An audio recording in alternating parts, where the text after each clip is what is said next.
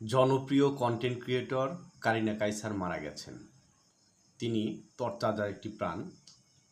রাস্তায় প্রচুর street food খেতেন, ফুচকা চটপটি খেতেন, ভিডিও করতেন। তার বাবা সাবেক ফুটবলার। তার ভুল ত্রুটির জন্য ক্ষমা চেয়ে দেশবাসীর কাছে ভিডিও বার্তা দিয়েছেন। এখন তিনি কেন মারা গেলেন? তিনি হেপাটাইটিস এ এবং ইতে আক্রান্ত হয়েছেন। এবং হেপাটাইটিস ই এবং এ কোথায় থাকে? ফুচকায় থাকে। ফুচকায় কেন থাকে?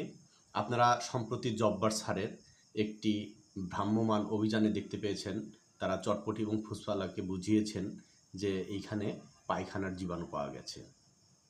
দৈনিক ইত্তেফাকের একটি রিপোর্টে 1 প্লেট ফুচকা এবং চটপটিতে 7 কোটি জীবাণু পাওয়া গেছে। এবং এগুলা কোত্থেকে আসে? মানুষের মলমূত্র থেকে আসে। যারা এই ফুচকা এবং চটপটি তৈরি করেন এবং যে পানিটা তৈরি করেন, বিশেষ করে টকটা তৈরি করেন, সেই পানিতে এই পায়খানার জীবাণু পাওয়া গেছে।